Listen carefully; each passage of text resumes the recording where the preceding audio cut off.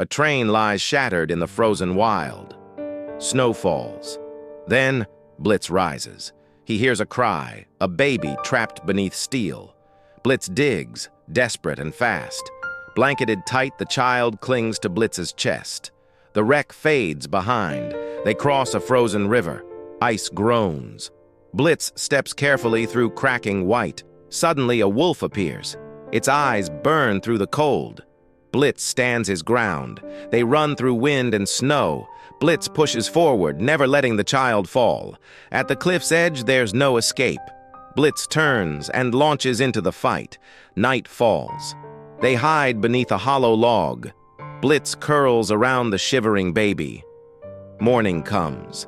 Blitz limps toward a distant cabin, every step heavy with pain.